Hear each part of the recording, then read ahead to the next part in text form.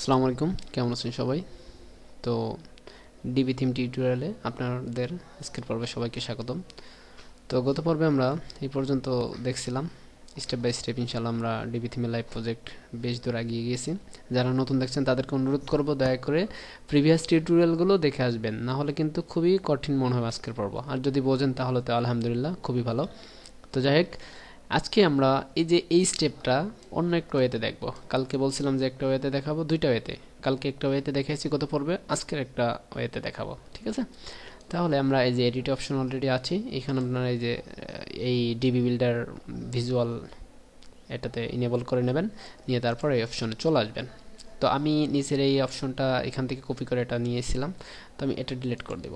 Delete করে দিয়ে তো তার আগে উপর থেকে একটু স্পেসটা কমিয়ে নিই, এটাকে এটা একটু, সরি উপরেরটা না, আমাদের এইটাকে কমাই দিই।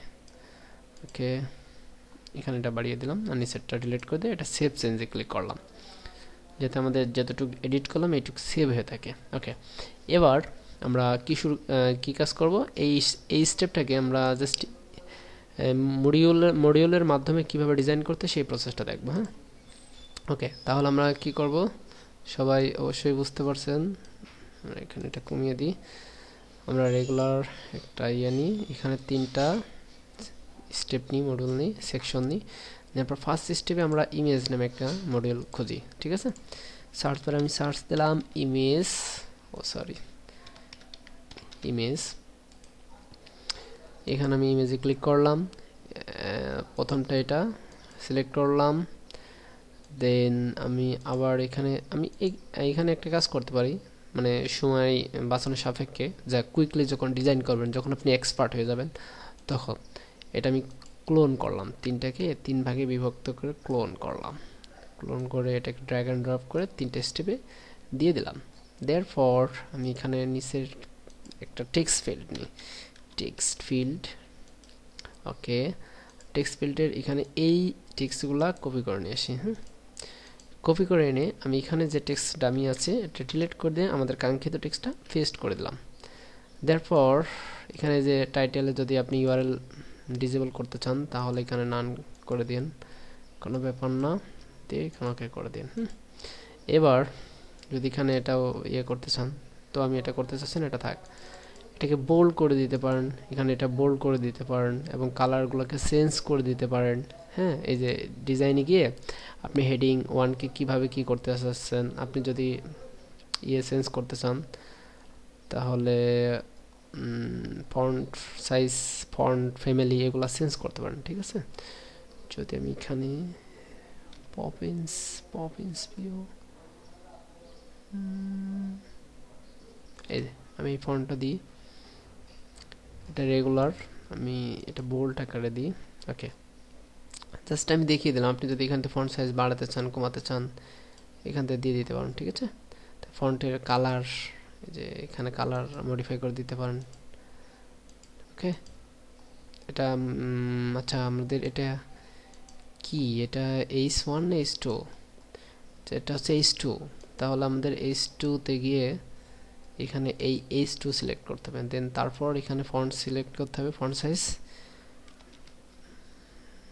পপেন্স কোথায়, হ্যাঁ এটা দিলাম। তারপর আমি এখানে কালারটা চেঞ্জ করতে পারি, কিন্তু আমি কালার চেঞ্জ করব না, এটা ব্ল্যাক কালারই রাখি। আচ্ছা, রেড দিয়ে দেখি কেমন দেখা যায়, ঠিক আছে? হয়তো কেমন খ্যাত দেখাচ্ছে। তারপর এই যে এখান থেকে আপনি চেঞ্জ করে দিতে পারেন ফন্ট সাইজ, ঠিক আছে? তো আমি এখানে ব্ল্যাকই রাখি। ওকে, তো বিষয়টা বুঝতে পারছেন যে টেক্সটগুলো কীভাবে এডিট করতে হয়। তাহলে আমি এখানে তিনটা টেক্সটকে কপি করব।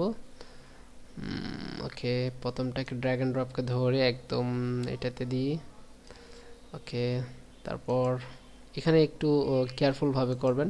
আমি এটাকে এরকম এই যে তীর চিহ্ন দেখতেছেন না, চারটা কর্নার, চারটা তো এই সাইডটাকে এখানে ধরে ড্র্যাগ অ্যান্ড ড্রপ করে যতক্ষণ না এই যে নিচে একটা দেখছেন, এখানে আনার পর নিচে হালকা একটি স্পেস পেয়ে গেছে, এই যে এখান থেকে সরালে সেই স্পেসটা চলে আসে, যে আনছি সেই স্পেসটা পেয়ে গেছে।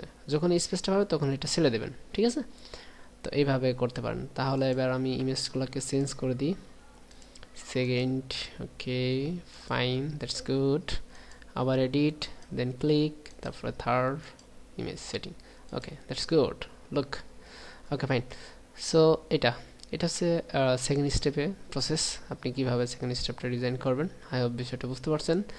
এখন আপনি যদি চান যে ইমেজটাকে একটু অ্যানিমেশন কায়দায় দেবেন, অ্যানিমেশন করবেন, তাহলে ডিজাইন সেক্টরে গিয়ে যে আপনার অ্যালাইন করে দিতে পারেন মিডিলে। আমি প্রত্যেকটা ইমেজকে মিডিল করে দিই, তো আপনি এখান থেকে মিডিল করে দিবেন, ডিজাইন অ্যালাইনমেন্ট মিডিল, তবে এটাকে আমি মিডিল করে দিব অ্যালাইনমেন্ট মিডিল। ওকে, আপনি যদি লেফটে চান লেফটে দিতে পারেন, রাইটে চান রাইটে দিতে পারেন, অ্যাজ ইউর উইশ। ওকে, বিষয়টা বুঝতে পারছেন। এবার আমি আরেকটু দেখাই, ইমেজটা এডিট অপশনটা দেখাই।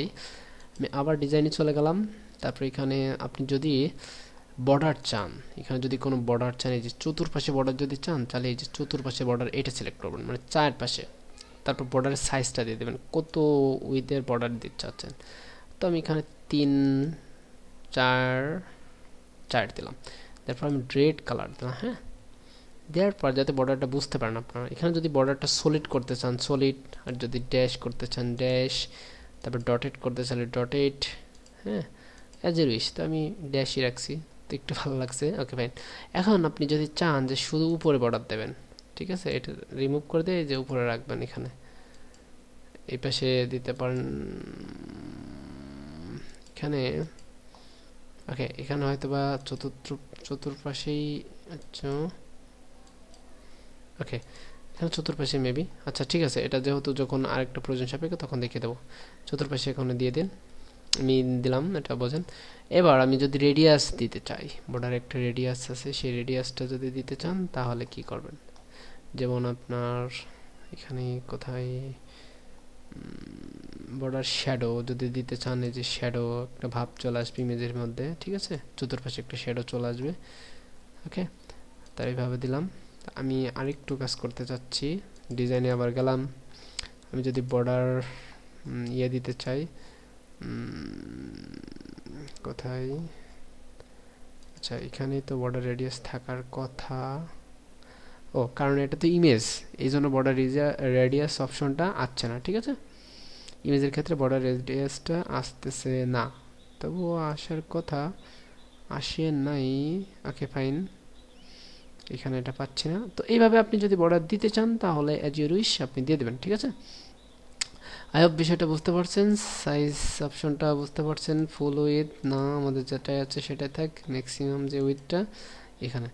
তো আবার আরেকটা বিষয় বলেন, এখানে বলা খুব ইম্পর্টেন্ট, অনেক সময় আছে যে আপনার হাই রেজুলেশনের ইমেজ দিয়েছেন, খুব বড় ইমেজ দিয়েছেন, অনেক সময় ডিফল্টভাবে ওয়ার্ডপ্রেসের এই যে থাম্বনেইল অবস্থায় থাকে, এখানে থাম্বনেইল আর মিডিয়াম, ঠিক আছে, এই থাম্বনেইল মিডিয়াম ফুল আসে না, তখন ছোট্ট করে আসে। যেমন আমি যদি থাম্বনেইল দিয়ে আমি ক্লিক করি, সেট করি, তাহলে দেখবেন যে এই দেখেন অনেক সময় এইভাবে আসে। ঠিক আছে, তো এই প্রবলেমটা আপনারা এখান থেকে সলভ করতে পারবেন খুব সুন্দরভাবে।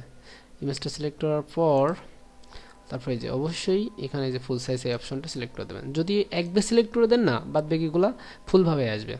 নেক্সট যেগুলো আপলোড করবেন সেট করবেন সেগুলো ফুলভাবেই চলে আসবে। তো বিষয়টা বুঝতে পারছেন। ওকে, আপলোড দিলাম, দেন সেভ, তারপর সেভ চেঞ্জ। ঠিক আছে, তো আই হোপ বিষয়টা বুঝতে পারছেন। সেকেন্ড স্টেপটি আমি এই স্টেপটা রাখবো না, জাস্ট আপনাদেরকে দেখালাম। তো এই স্টেপটা রাখবো না, জাস্ট আপনাদেরকে দেখালাম, কিন্তু স্টেপটাই ভালো মনে হচ্ছে। আচ্ছা ওকে ফাইন, নেক্সট পর্বে আমরা অন্য পার্ট নিয়ে কথা বলবো, এই যে নিচের পার্টটা নিয়ে কথা বলবো। তো আজকে এই পর্যন্তই, ভালো থাকবেন। আর যারা নতুন অবশ্যই প্লিজ সাবস্ক্রাইব করবেন আর আমার জন্য দোয়া করবেন। আসসালামু আলাইকুম।